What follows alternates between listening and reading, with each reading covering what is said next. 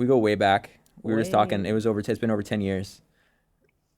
Because we were both in the Air Force, and we went to training together, and we had our first assignment together.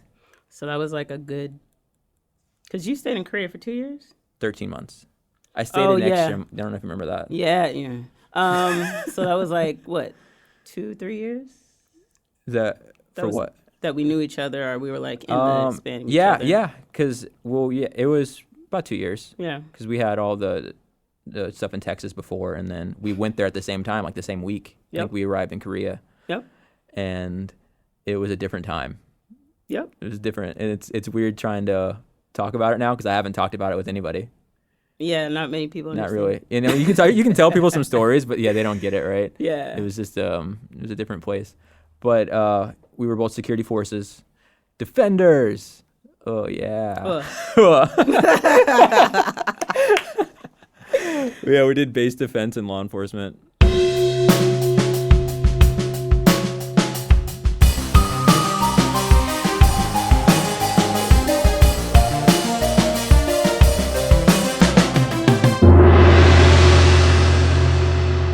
Mainly, we were new, so we did like entry control point, check IDs. Bruh, but I went to Taz, and Taz set me up in like a good way. What'd you do in Taz? I did. Remember Taz, the alarm security? Well, every time I deployed, because I had that cert, I immediately kind of went to the desk a little bit. So I had a mix. That's nice. So AC. Yeah, that's always the key, is to get like something that, gets you out of like a static post. Either put you in a patrol or in a building. I was a heavy gunner the whole time I was in Korea. So sometimes I got put on with like one of the staff sergeants. Yeah. In a patrol. Yeah. I remember. Yeah. Yeah. But man, I don't even know where to start. Let's start with tech school. What do you remember about what was special about tech school? Man, I was a leader in tech school. Were you? Oh yeah, you had the rope. Yeah. Didn't you? Yeah, it was. What? I wasn't traumatized, but it was interesting times. I remember. What did they call the building that all the females stayed in? Wasn't there a nickname for it or something? I can't remember now, but jailhouse. The jailhouse. But remember, some of the guys stayed there as well. It was older dorms. But when we were first there, I was in the newer dorms, and then after we came back from Christmas break, and we went to Camp Bullis and came back, I was in the jailhouse dorms. Gotcha. But jailhouse dorms, they look like it was actually a jailhouse back in the day. I think. I remember. And it looked like a jailhouse. Yeah. Yeah, Zach was also security forces, so he had that ride. He was there like a year before us, something like that. Yeah. 06? Something like that. Yeah. Where was it? Yeah, he was a PJ. He did PJ. Warwick. I've told him about Warwick. I ended up with Warwick in because he's from Spokane, Washington, and I ended up getting stationed over at Fairchild. So him and his wife moved back up there because he's from there. So I got to That's cool. be around him. He was awesome. He was fun. I mean, I know he was coming from like he punched a horse, I think, or something. Stop it. Yeah. Didn't he? I don't mean to call him out, but I think I don't know, but every time the story got repeated, it got elevated and elevated. It was the last thing I heard, it was like a horse. Yeah, he cop's punched. Horse. We would be running, or we'd be getting punished for something, and we'd be like, "Yeah, he punched the horse. He punched the cop. He punched the Jodies and stuff." Crack baby. 341 2. Oh my gosh. But okay, for a little context, because I know people will be listening to this and they're like, "What the hell? What the hell are we talking about?" Yeah. But when you join the Air Force, you pick a career field. So you go to basic training. You go through, was it 6 or 7 weeks, something like that? I don't remember. 6, 7 weeks. Yeah, it was like 6 weeks. 6 weeks. And then, so you're assigned to a flight. You show up in San Antonio, Texas in your civilian clothes. And 6 weeks later, if you didn't get kicked out, which people did, then you were an airman and you went into your technical school.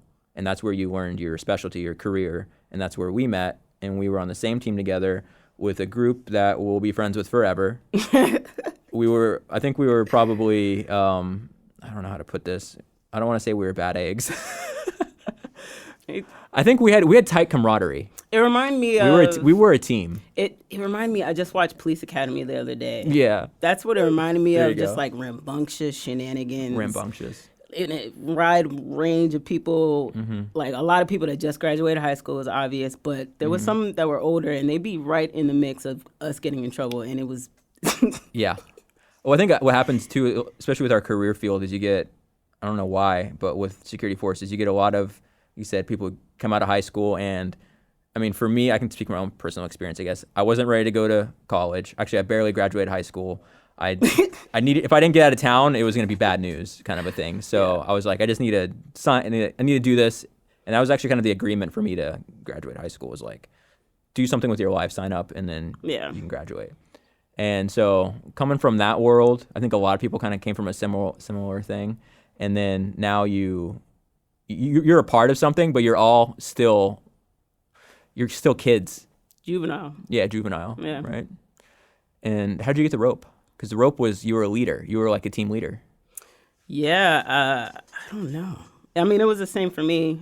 I wasn't really necessarily a leader of any capacity in high school. I was like talkative or whatever, and I'm pretty sure they just heard me be talkative or tell a joke or something, and everybody heard me. You definitely were a joke teller. Yeah, they pulled me out and they were like, "Hey, so you're gonna be a rope?" And I was like, "I don't want to." And they were like, "Yeah, you have no choice." And I was like, "Okay." So what was your high school experience before that? That was like... I mean, I think I made the decision my sophomore year. It was this point in high school where everybody was like talking about college, and I was looking around and I was like, I am not ready for that, and I know I'm not like in 10th grade or 11th grade or something like that. So I think I was working out with my cousin one summer, and one of her trainers at the time, he was former Navy or Marines, something like that. Gotcha. And he was like, yeah, you guys should, go talk to a recruiter. Yeah. Went straight from there after the gym, talked to a recruiter. And he was like, yeah, no, you should go talk to the Air Force recruiter. Yeah. Must have been God or something. That's what the recruiter said, or your friend? Yeah, the recruiter that me and my cousin went. But my cousin at the time was like maybe 35. Gotcha. She was older, and I was 16, barely. So we went and talked to the recruiter, and I liked the idea. So after that, I was pretty invested, and I got ready for the ASVAB, but nobody could talk me out of anything after that. And I was like 2 years invested. I was like, I'm going to do this. And you found your thing that kind of drove you? Yeah, and I was like, I guess it's going to suck. But, I mean, throughout basic training, I was laughing the whole entire time. It was hilarious. Yeah, to me, basic, I was definitely physically just like, because I was in high school sports a lot and stuff too. So like I blew through all that. Right. And then all the emotional things that went on, or like I remember, people getting washed back and, things like that. And I remember there was one kid on flight who was kind of like the kid that like everyone was responsible for because he kept like messing up. Oh, there was like a good handful, and there's always usually. But I remember going through that and being like, this is just like high school with more yelling, and I was kind of even like, team sports is kind of very similar to a sense. Like you got your group of people, you kind of learn how you flow together, who has strengths and what, who kind of is not necessarily weak, but who needs to build up. And sometimes you're surprised at the end of how much they build up, but it happens with like little groups is what I noticed. And that's what happened with us. I think like we all kind of like flowed together, and most of us made it through. Yeah, well, we did. I mean, I think the biggest thing with both basic and tech schools, you're just sleep deprived, and you're sleep deprived constantly, and then you're forced to take a paper test. It's crazy, right? You stress about these stinking tests that really don't matter. That don't, no. And we had fun somehow too. So from high school, you were kind of planning 2 years, and you went to basic, blew through that, and then tech school came out. Was it what you thought it was going to be like? Well, going through college, and I went to Eckerd College, so it was like really new age in some of the concepts because they focused a lot on coming to age experiences, and that was definitely one because it was really emotional in the sense of like being away from family for so long, and you're with strangers, and you're having to do stuff to get to the next point. So it was like lonely in a sense because there's like a certain aspect of the military where you're isolated away, even though you grow to like people you're with, but you're just like away from everybody. So getting used to that and adapting, and then getting in trouble all the time. What were some of the things we got in trouble for? I remember we were always, it was like the phase 1, day 1 was like our motto. Remember there were like different phases? Yeah, I just remember us always having to run and yeah, because there was like, you would basically, lockdown. To kind of explain it, is you would, as you progress through your training, your team, I don't know if you follow the rules, I guess you get some more freedom, some more liberties to go off base and to do other things. And I think we made it to phase 2 once. And people would always catch us off base doing stuff. So yeah, exactly. So we would just kind of do what we wanted, and like. But that's the thing though, and that's kind of runs through security forces, even as a career field, especially as a younger airman, is you get put through the mill on so much training or work. When you finally get some time, you go a little crazy. But you understand from base to base. I'm not saying the baddest I knew were cops, but yeah, but I remember because I went into the military with, like, my dad was a Marine, my brother was in the Army, and they were both like, don't be an idiot, go in the Air Force. And I was like, okay, well, if I do that, I want to travel and I want to be somewhat combat oriented. Yeah. So, I didn't want... That big picture of us on that tank in Korea. Yeah, exactly, right. Like, I didn't want to go into, like, the Army and work in finance. Or any career field and work in like services or something, or any branch. Although there was some days when I was on post and I thought about it. If I was smarter, I would have done that.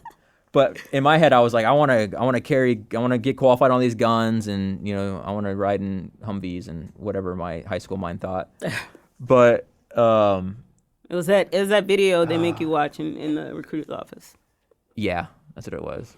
It was also, too, what really sold me is that every base needs security, and so it opened up my options to, like, if you specialize in something, you can only go to a few bases. I remember that map, and it was just like, oh, wow, we're everywhere. And that's what got me, and I wanted to be overseas the entire time. And that's pretty much, Same. Is that why you picked Korea, because you wanted to go overseas? Yeah, when they give you the 2-year option, you get the base of preference, blah, blah, blah. 2-year option? What's the 2-year? The 2 years to be in Korea. Oh, you did 2 years there? Yeah. Oh, you did? I got base of preference with my... I can't remember exactly what the deal was or how they sold it to us, but all of us, they were like, you should do 2 years. That's only because it's hard to get people to stay there. Yeah, or people to go there or stay there. And yeah, 2 years is like... I don't regret it, though. No, I would love that I went there. It was because I went to Italy right after I got my base of preference, and I got my first pick. Yeah, I went to England afterwards, and I had a great time. The worst thing that could have happened is what happened to Zach eventually. He went to Montana in the nuke field out there, and he just... I remember getting orders to Montana when I was in England. And did you? I just got my eyes dilated, and I came back, and I was like, I just need to check my email real quick. I'm supposed to get my new base, and I got them, and I couldn't see, but I knew I saw Maelstrom, and I was like, I gotta go. And I left, and I went home, and I was smoking cigarettes at the time, and I sat outside and smoked a cigarette, and I immediately had a panic attack. I was like, I can't go there. But yeah. Did you get out of it?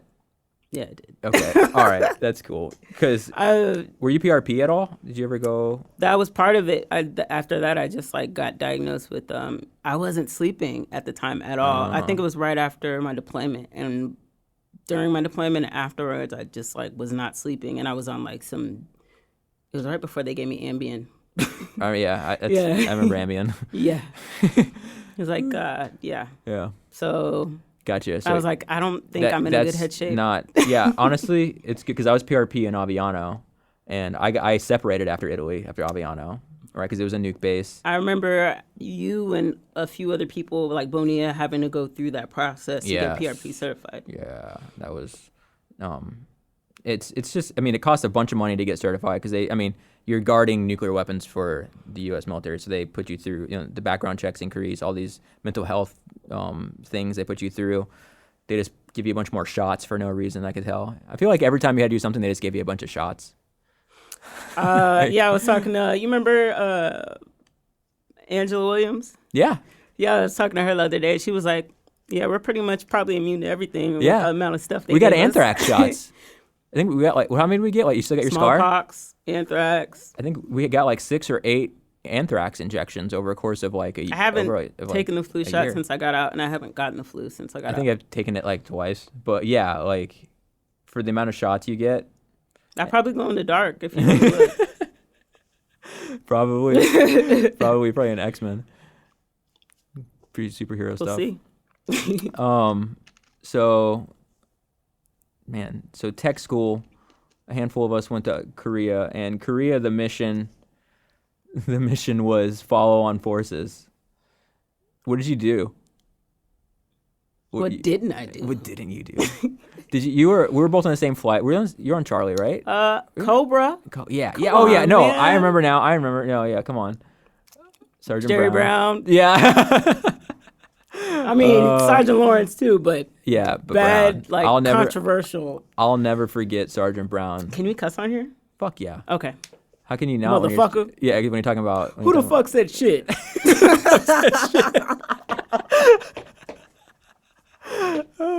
Sergeant Brown was our flight chief, and he was a Korea veteran. How long he was there? He might as well have been a Vietnam veteran the way he acted. Right. He had been there like 4 times, and he knew he was gonna retire after that. So he was just like, and they let him put on master. So I think he went to he stayed after we left, but he went to Osan. Yeah. I think, right. He knew all the old ladies, all the ajumas. They he knew all of them, all the Koreans. And but he was kind of a force to be reckoned with a bit, is putting it mildly. But what I will say about him is, because he was old school, so when he like reprimanded you, it was never paperwork. But I appreciate all of that. Of that. No, I think he was more invested in building character and in actually molding minds a bit more. Remember what we used to say? It builds character. It really does. It does, because I'll never forget him. Because I mean, I remember one thing in particular. I got caught off base drinking. Right. Dang, that was a thing. Yeah, because it was. I mean, in Korea, you got to be like 16 to drink. The rule at the time for base was you need to be 21 still. Mm-hmm. But of course, if you were, I was 19. I turned 19 when I was there. No, I was 19. None of us that got there around that time were 21. So the whole entire time they were there, we were just like. Right. So you could go off base and, drink, and there was a curfew, be back, and, it was kind of like one of those unspoken things too, where it's like it happened, but don't get caught. And anyways, one of the other security forces staffs caught me and a couple other airmen drinking off base. We weren't hammered. We were having dinner and having a couple beers. We weren't like. I remember. I mean, there were plenty of times where we went a little crazy. But come on, A-Town? A-Town? Yeah, A-Town was America Town. That's the Juicies, the females. When I tell people about that, they're like in shock, and I'm like, they just closed that down. Did they close it down? Yeah. Okay, yeah, because they were literally trafficked from like the Philippines. And I remember sitting at the gate and having to check people in, and some people we worked with, and some people you saw on base checking in those girls. Mm-hmm. Oh no, I remember. I'm not gonna say who it was, but my roommate at the time. Anyways, yeah, his girlfriend was a Juicy. Yeah. But I mean, at the time, I didn't really even realize what was going on. And I don't think any of us really got the big And then, picture. yeah, it was like years later, it's kind of looking back on it like, they were kind of slaves. I came here to be a dancer and an entertainer. Yeah, they signed like these contracts. It was a weird loophole, seeing the way it was explained to me, that there were like these Korean entertainment business people that would go to like places like the Philippines, get these women to sign contracts. And hold their passports. So they got stuck in Korea working, and they would think that they're going to be like singers or dancers and entertainer, and their job was to get us to spend money. Oh, you want another drink? You want to take me out on a date? Oh, you want to spend the whole day out? Okay. Yeah, and the reason we call them Juicies is because buy me a juice. You would and they would get you to spend money by buying them drinks, but it would just be juice. But it would be like, I don't know, like American, like $10, $15 for like a glass of juice, Juice. It was juice. Yeah. And I don't know, it's weird, right? I think like that was a place it was right off. Strategy though. It was 3 miles off base perfectly, because we weren't allowed to be within 3 miles of base on foot. And we also provided security for that area. Yeah, I did it a couple times. To shop and everything. Yeah, I did the foot patrol thing, and that's where you would catch people doing I never was part of like catching anyone, but I remember like senior NCOs and stuff getting caught. Yeah, I got a couple of friends that have.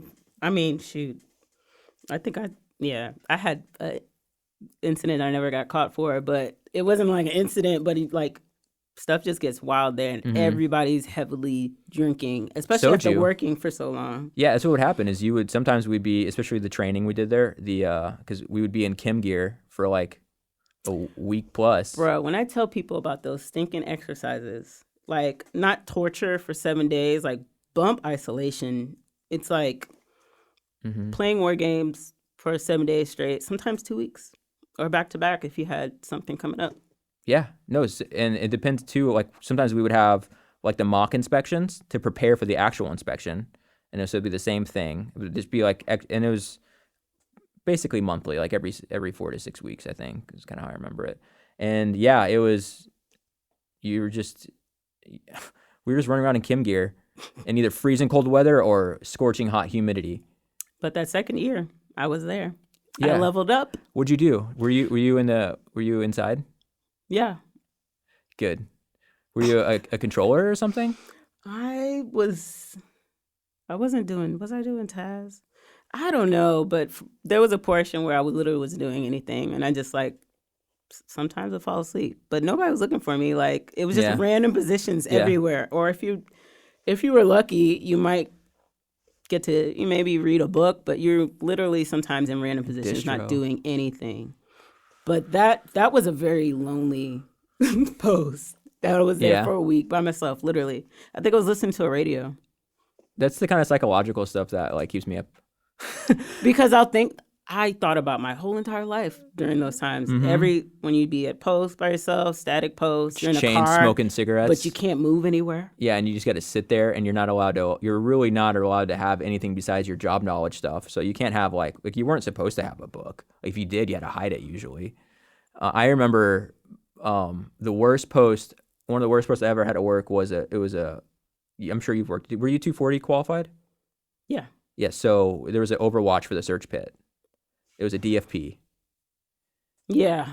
And I remember Money and I worked it a lot. Like for a while we were just switching off on it, and you were there for at least 12 hours, right? I mean the shifts were 14, 16 hours, but you were on post for at least 12 hours, and we were working nights at the time.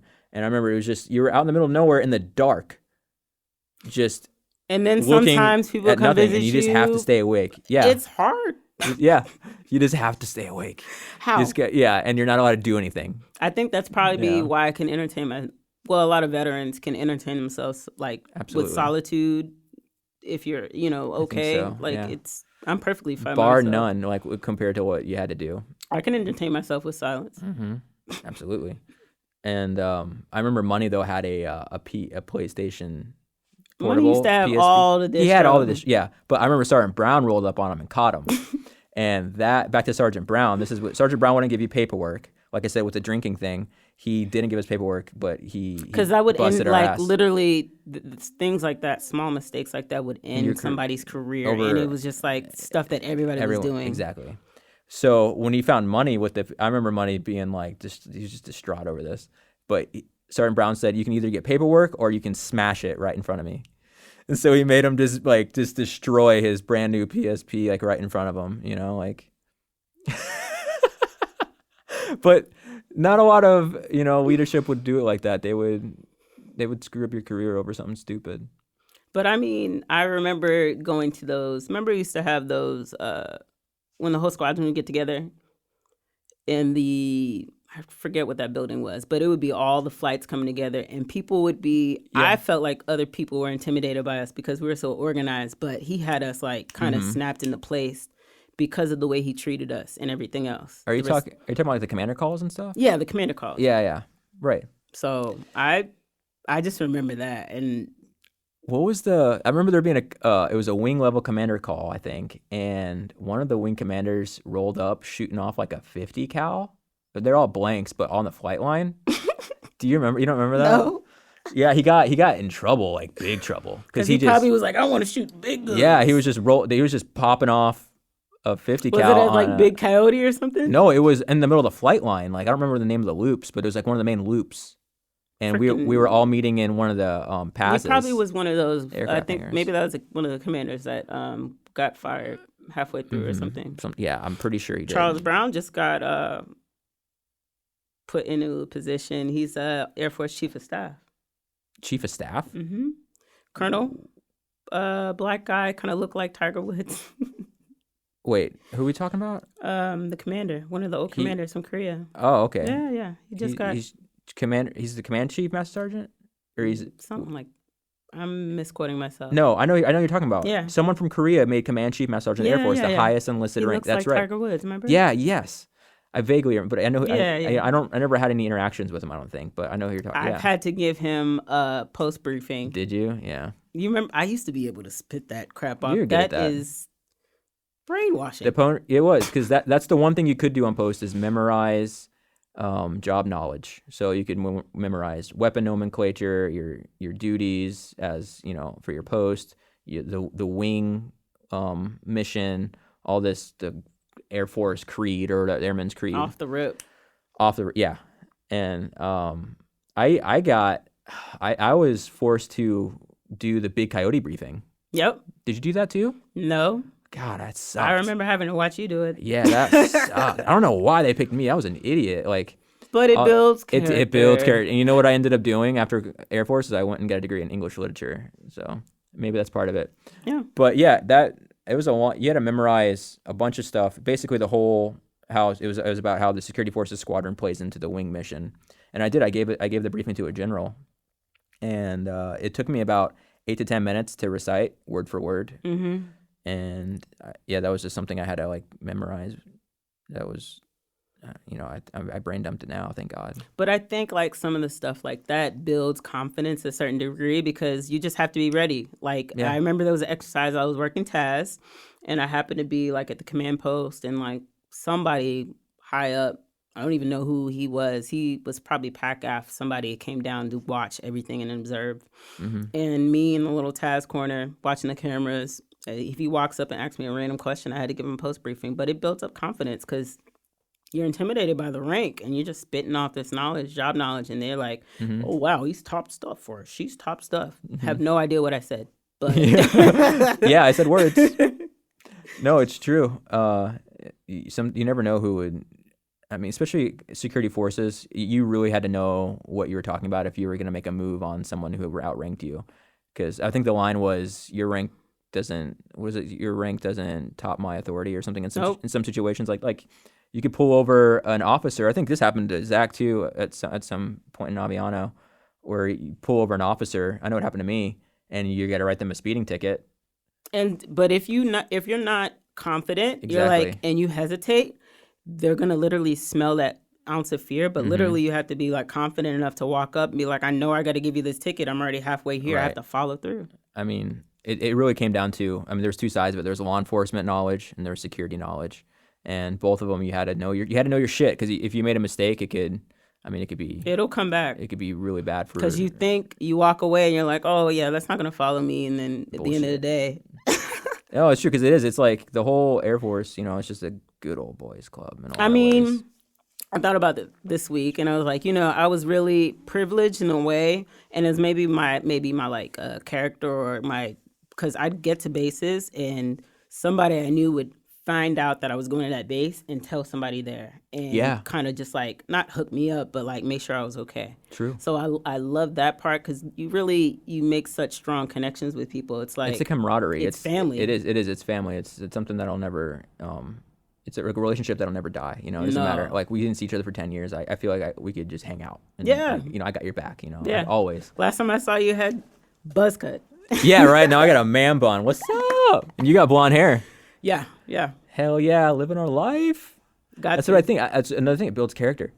Well, the Air Force, for me, it made me realize, especially being overseas the whole time and being stressed out the whole time, it made me realize, hey, I need to really figure out what I want to do for myself. And figure out, because otherwise I'm going to just be stuck doing things for other people, what they tell me to do the rest of my life. And not that doing a career in the military is a bad thing. If that's what you want to do personally, that's a great thing. You found your calling. For me, it wasn't that. It wasn't that. I was attracted more to things like literature and creative storytelling and stuff like that, music. I had every intention of going in for 20. Did you? Yeah, I remember I got like a pair of the Chief Master Sergeant stripes, and I was like, I'm gonna make that stripe. Yo, that's cool. I mean, that's a good way to set goals. I didn't know that though. Yeah, a lot of stuff just happened, and I was just like, nah, bruh. No, I wonder. Did you ever go stateside? I did. My last base was at Fairchild up in Washington State. How long were you in for?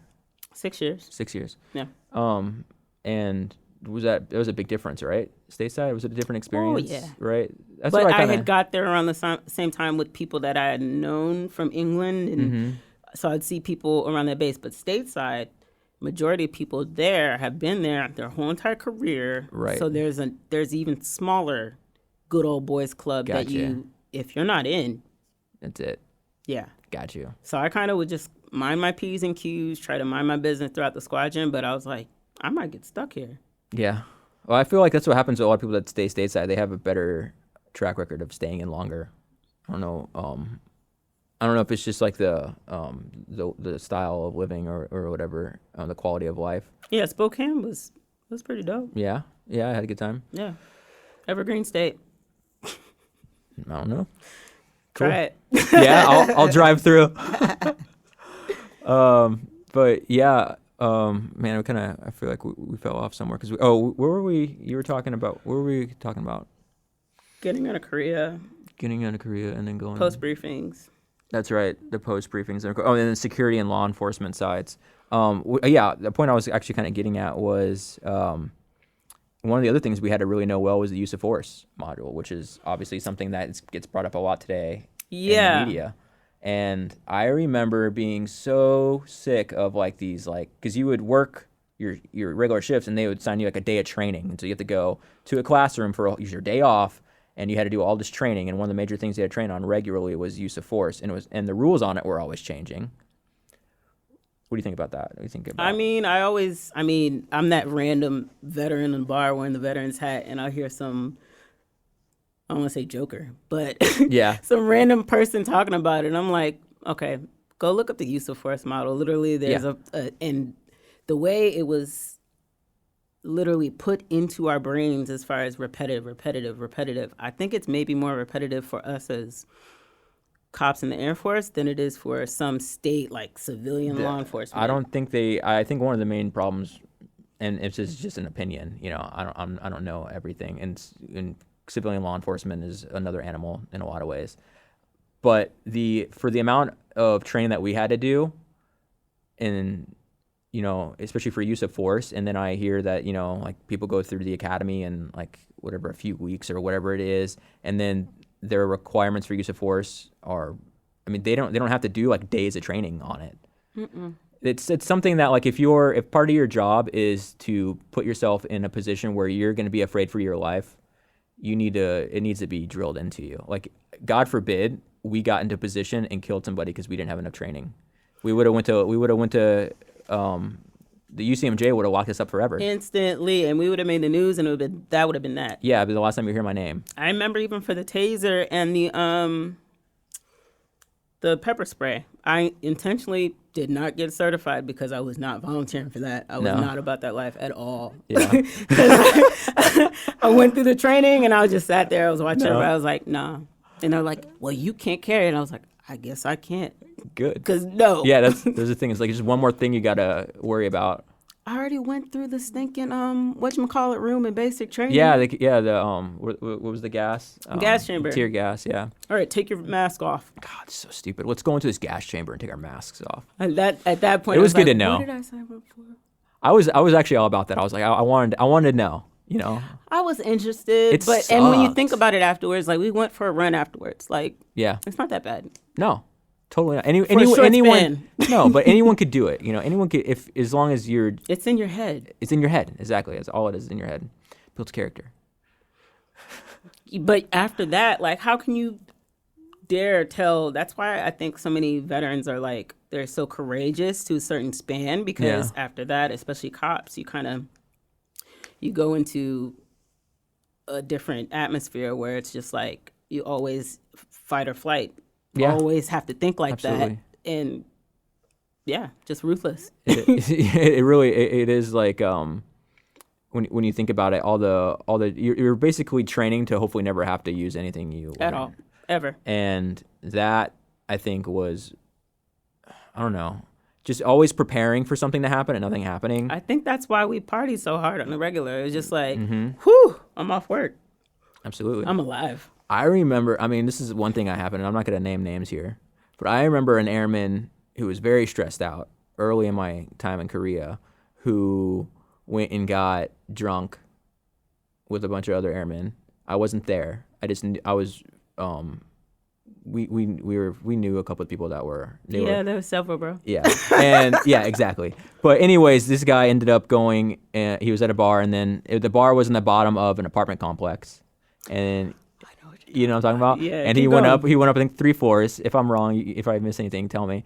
But went up 3 floors, and I don't know if he was looking for the bathroom or whatever, but he was just drunk out of his mind. I think he really just kind of lost his bearings. Wandered into the wrong door, and ended up in some old lady's apartment.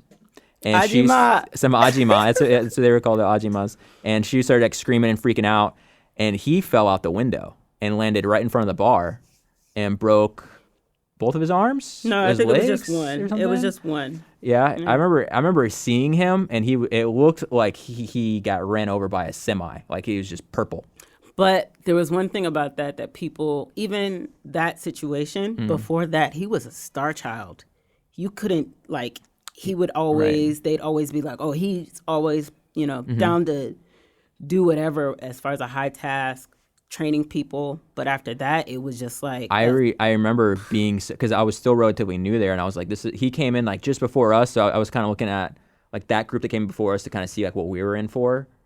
And I remember being kind of like, fuck. That's what you don't do. Yeah, exactly. But, and it was sad what happened after that, because, I mean, he got kicked out, He got kicked out. Yeah, he did. And it was on the international news.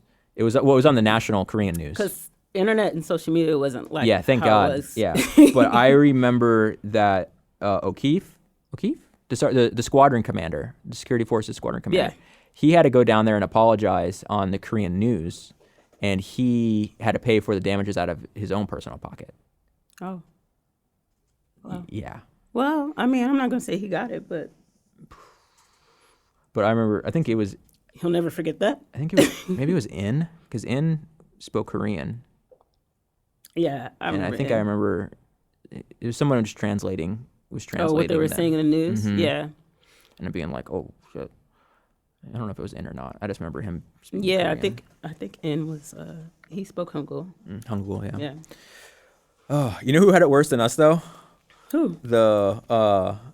And not very many people did in Korea, but who definitely did were the Korean, the Korean airmen that got. Because the conversation you'd have with them, it's like sometimes you'd be with them on post in the middle of the night, and it's like, I'm tired of listening to music. I want to know about you, Han. Yeah. What's up? Yeah. Where are you from? What do you like? It's always sad, terrible story. They were all suicidal. Well, half of them were. There was, and then we would try to like we both stuck here. Let's joke, and they'd be like, huh. No, yeah, because they were. Well, the difference is that they got forced into the military. Yeah. If you're, I think it was all guys, pretty much all guys, with the exception of some like really high, like people got scholarships. I think you or had something. the choice of being like sanitation worker or I don't remember. Something. Yeah. You had to do some type of service. Yeah, you had to. Yeah, right. And one of those options was military, and the ones that got put on to work like the kind of military cop role were. They were extremely stressed out. They were abused. They got beat when they did something wrong. They got hit with those bamboo sticks. And now a few words about our sponsor.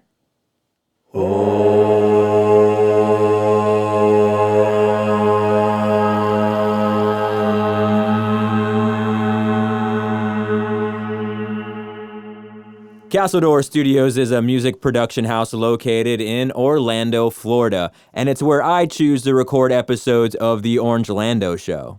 The studio features a blend of vintage and modern equipment and can accommodate musical artists of any genre, voiceover recordings, and, of course, podcasts.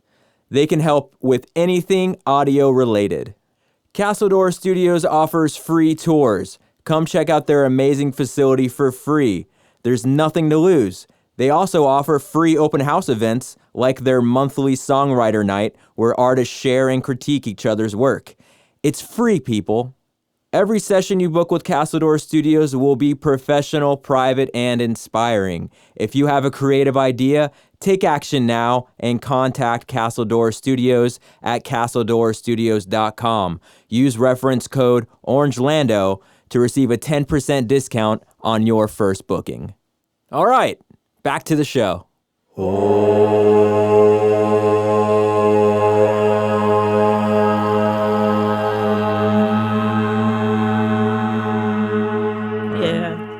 I mean, it didn't happen all the time. It's not like they came up to post and beat him in front of us with a bamboo stick. I just remember them telling me about it.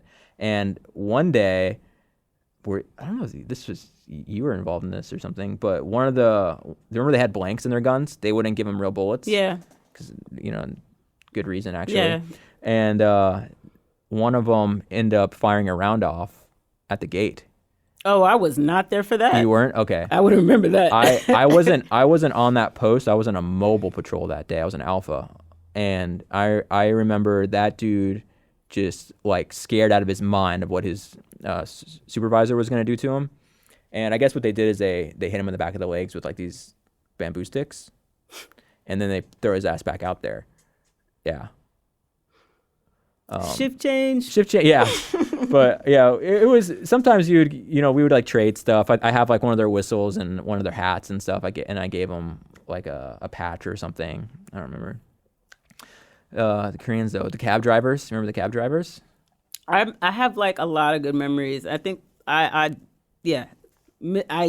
that, as far as communicating with the taxi drivers late at night, you'd always, after 2 years, you start to remember a lot of them, especially with those wild cab rides of stuff playing in the background, music videos and other wild things.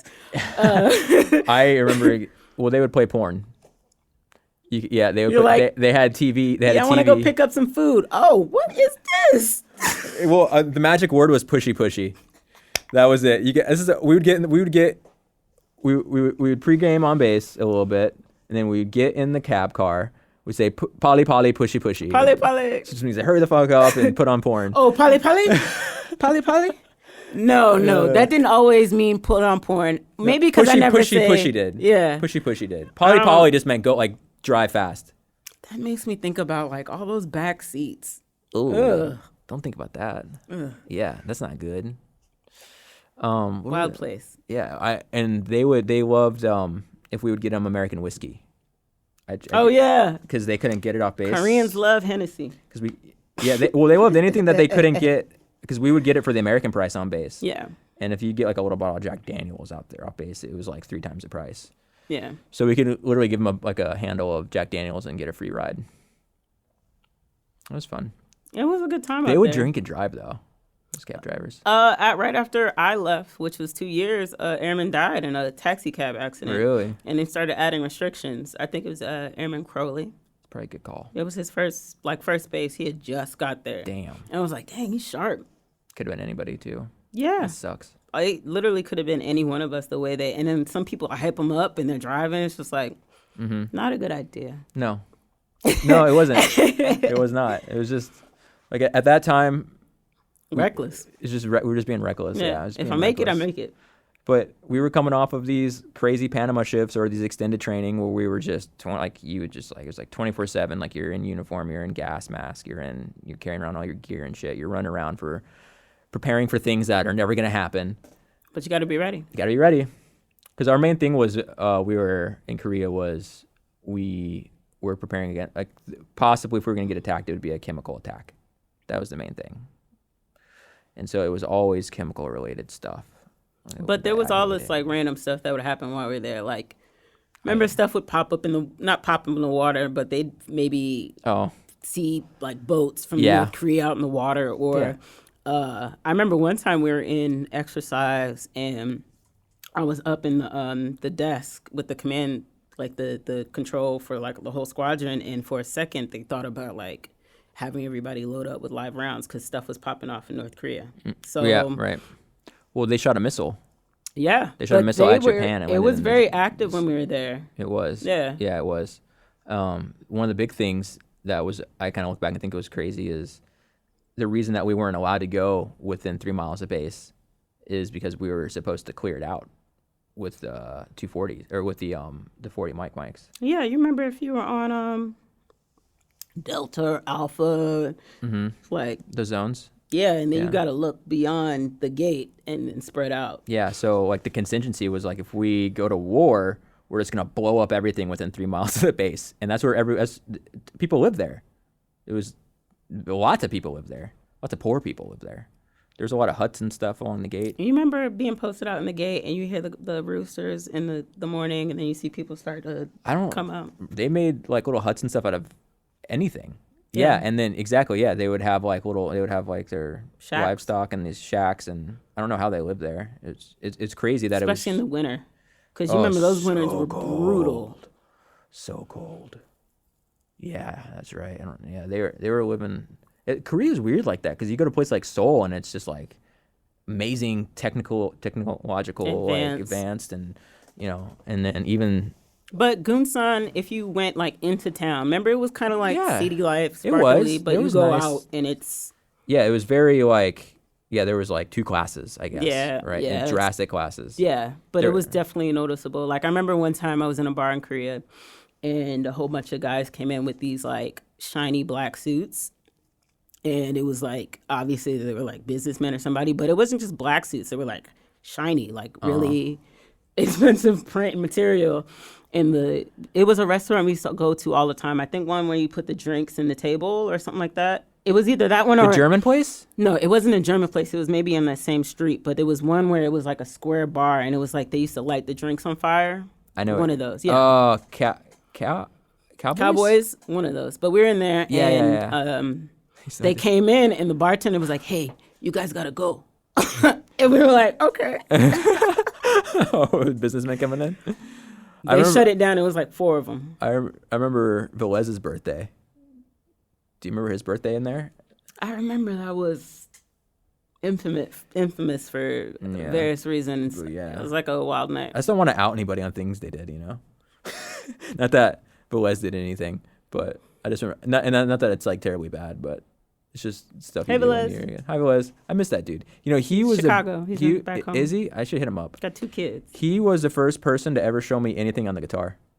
Yeah, he used to mess around a lot acoustic. He had a guitar, and he showed me like a little melody from a song, and some emo. It was "Hey rock. There Delilah," I think. Yeah.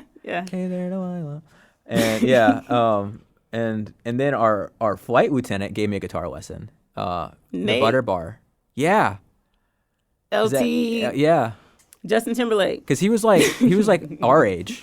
He was like a few years older, like in his early 20s. And I just remember the hilarious communications with him and Sergeant Brown. Oh yeah, that was a pair. Enlisted versus officer. Right. Just like watching them go back and forth, like mom and dad stop arguing. Because and the way it works is you have a flight, and then you have a flight chief who is the enlisted person who's usually older and 20 years in. Yeah, and just like ready to been retire. Through the shit, and it's just like.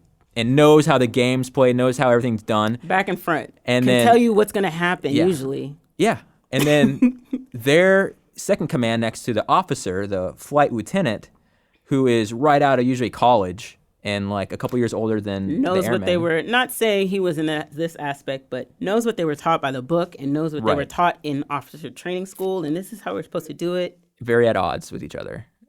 But they were both great in their own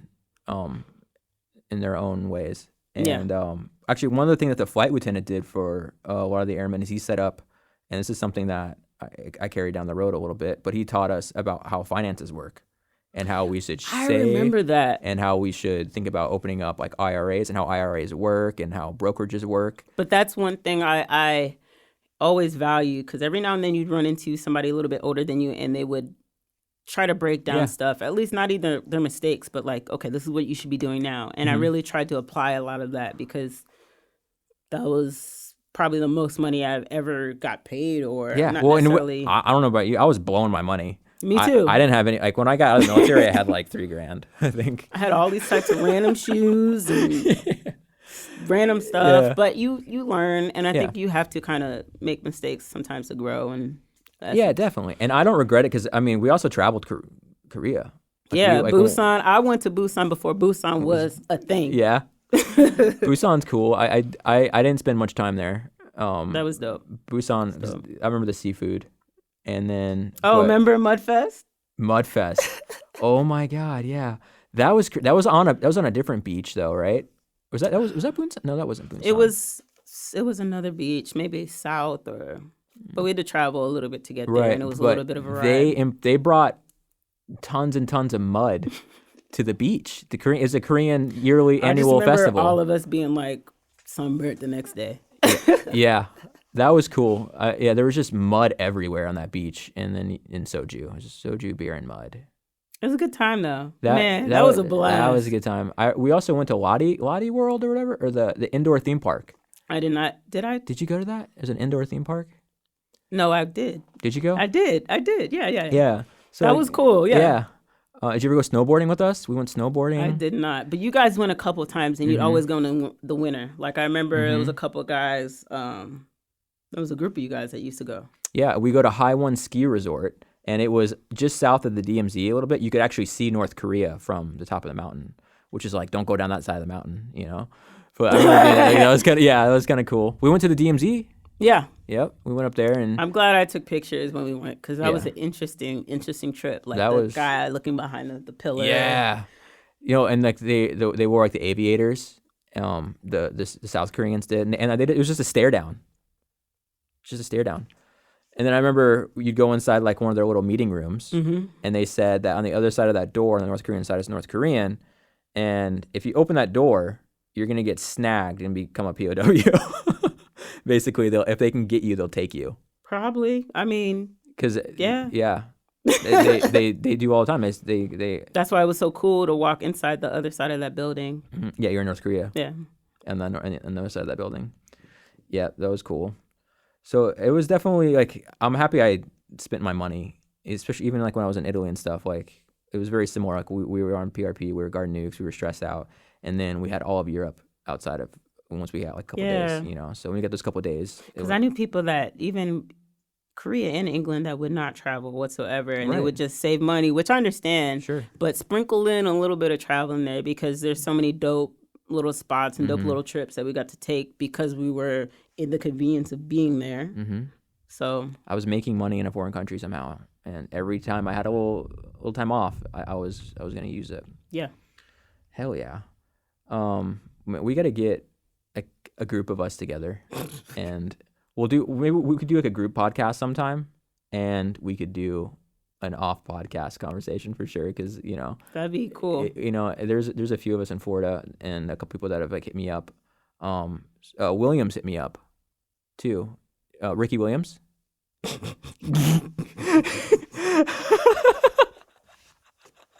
I know. I'm not even gonna imitate him because I wear glasses too. I know.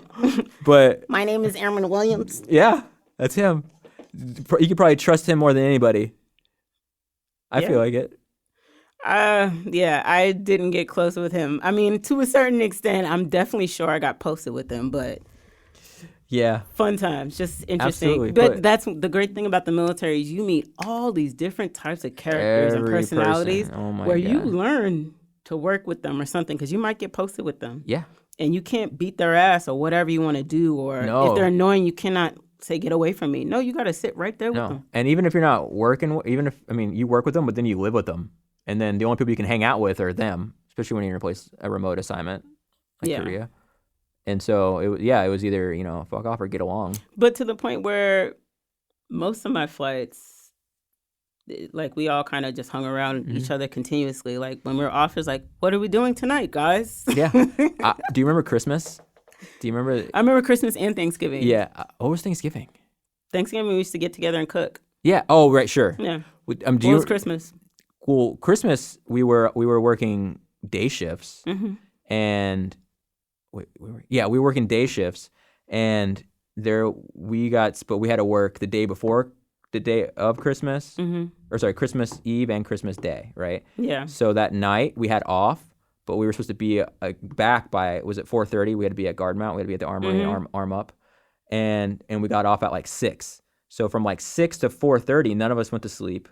Oh, that was a lot of times though. Yeah, but this case, we went to the Christmas party, and then we went off base, and a lot of us were still kind of drunk in the morning. Well, I mean. And I just remember Sergeant Brown kind of smelling the room and smelling like alcohol, like sweat through us, and him just being like, "Get to your post, do your radio checks, do not fall asleep, do not fall asleep." He's like, like just basically saying like, "Do not fuck up today," like you know. And then we got smoked at. Yeah, because one thing with him, he's like a parent. Like, you mess up, you think you clear.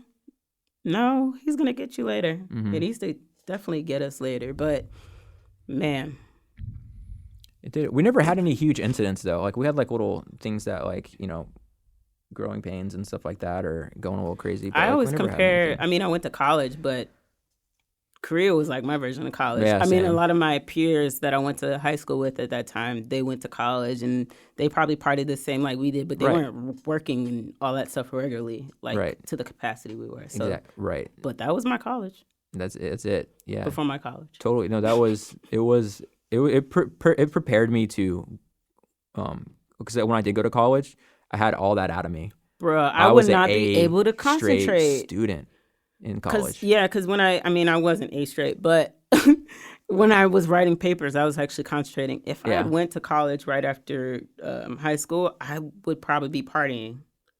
Granted, I was like... Absolutely. When I was going to college now, I was like, writing papers, smoking weed, partying, but I could balance it. Mm-hmm. No, so was I. I mean, it's not that like I was like, I didn't have a social life. I did, but I was so ready to put my attention and focus into something that I have a goal and I'm trying to get here. And it's like it's like, okay, I really spent a lot of time on those posts where you're out there by yourself thinking about your life. Like, what am I going to do? When I get the chance to make my own decisions again, what am I going to do? When I have my life back. And you had 4 years to think about that. A lot of solitude to think about that. And so, yeah, I did. I went, I did my 4-year degree in Orlando. Then I went to film school in LA, and it was awesome. The GI Bill. I definitely still recommend it to kids today that are graduating high school. There's some people they're ready to go to college for somehow. I don't understand those people.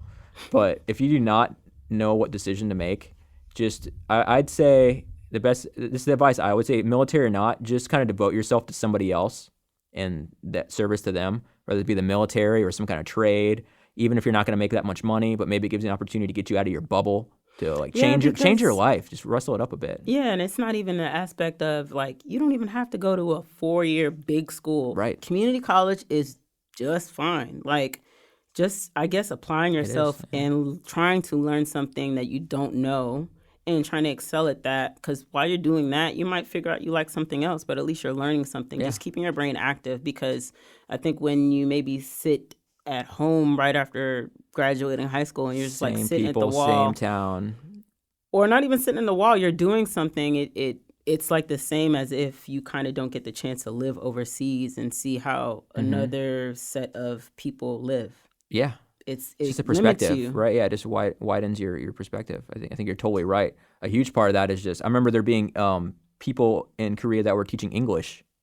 Yeah, on the side. Right? And so there were people that they're part of like some program. You'd have a 4-year degree and you could go over to like Japan or China or Korea, and they were making just enough money to kind of like make it over there. My cousin did that before I went to Korea. Right. They weren't making like tons of money, but they were experimenting or experiencing a whole new world. Yeah, which is always commendable. And it's because we were on base, and I always feel a certain way about that, because not like we were especially protected, because we kind of were, but it still was like you felt safer in a sense, depending on where you were. Do you remember Willman? Yeah. He got married, he had a kid over there, and he got off-base privileges and a POV. I remember he took me, him and his girlfriend at the time, he took me and Janae tarot card reading. Oh, and wow. the tarot card reader was speaking Hangul, and his girlfriend was translated, but it was like literally on point. I remember that. Really? Because I remember I was nervous. I was like, yo, we got to get back to base on time. I'm not playing around about that, but I was freaked out with the Korean tarot card reader. Yeah. But I remember when, like, he was there. He extended for a period of time, but he was like damn near Korean. Hyuna, I think was her name. Hyuna or something. Yeah. I think I got it on Facebook. He did. He extended. Yeah. I went to Panama City with him on leave. Is he in Florida? Not. I don't know where he is now. But when I left Korea, he took leave, and we went to Panama City for a long weekend. Sweet. And yeah. Because woman was wild. It was spring break. Yeah, and we were also coming from the Korea. But he was sharp. I remember that. He was really, really sharp. He knew his shit, and he's cocky. You know, because he went off to do like some really top level stuff after that. He was a good dude. Yeah. I haven't talked to him in years, but I still consider him a close friend. And but I remember kind of thinking after we went to Panama for spring break, and we were coming from like this mentality in Korea, and all of a sudden we were in like civilian life in America again. And I remember kind of being like, we need to kind of bring it down a notch, you know, because it's just a different world. It's a different world, but it's like, especially when you're with your military friend, it's like, oh, we're back. But especially once you get older, it's like a lot of it after a while is like, I got that partying stuff out of my system. I mean, granted, I could still party every now and then, but I don't need to stay up all the time and do it like wild, like to the point of, I got to get up early in the morning, but I'm still staying up. I don't care. No. I'm not going to work without sleep anymore. Yeah, like let's party, but I really want to go to sleep at some point. About out of time. I try to keep these close to an hour. Yeah. I could talk to you all night though. Yeah, which is crazy. I'm really excited that you're in St. Pete. We'll have to do this again. We'll have to get some other people too, and I'm gonna come by your side. If I told you I'm into paddleboarding and stuff now. Yeah, sweet. So if you ever want to get in the water out there. Yeah, I mean, I went maybe. I don't think I've ever been. So yeah, I'm down. Have you been to Rainbow Springs at all? I've been to Rainbow Springs. I think. If they rent like canoes or anything like that, we're gonna. Yeah. I've been floating with Jenny Springs, Itchitucknee. Yeah, Itchitucknee River. Okay. Just floating down the river. Okay. So yeah, there's a couple of springs. Cool. Yeah. I'm all about it. I wanna just kind of reach out to some friends again. It's exciting because, again, one of the great things is the camaraderie and the people you meet. And now we have friends all over the world. I always tell people that it's like, and then I have like a lot of people that are still in. It's like, whenever I do get to travel, I try to go visit them or go see them. But it's awesome. It's a blessing. It is. Yeah, it's a blessing. Exactly. Yeah. Well, it's definitely been a blessing talking to you again. Yeah, dude. Cool, Stacey. All right, we'll do this again sometime. Thank you. Please. Sick. Yes.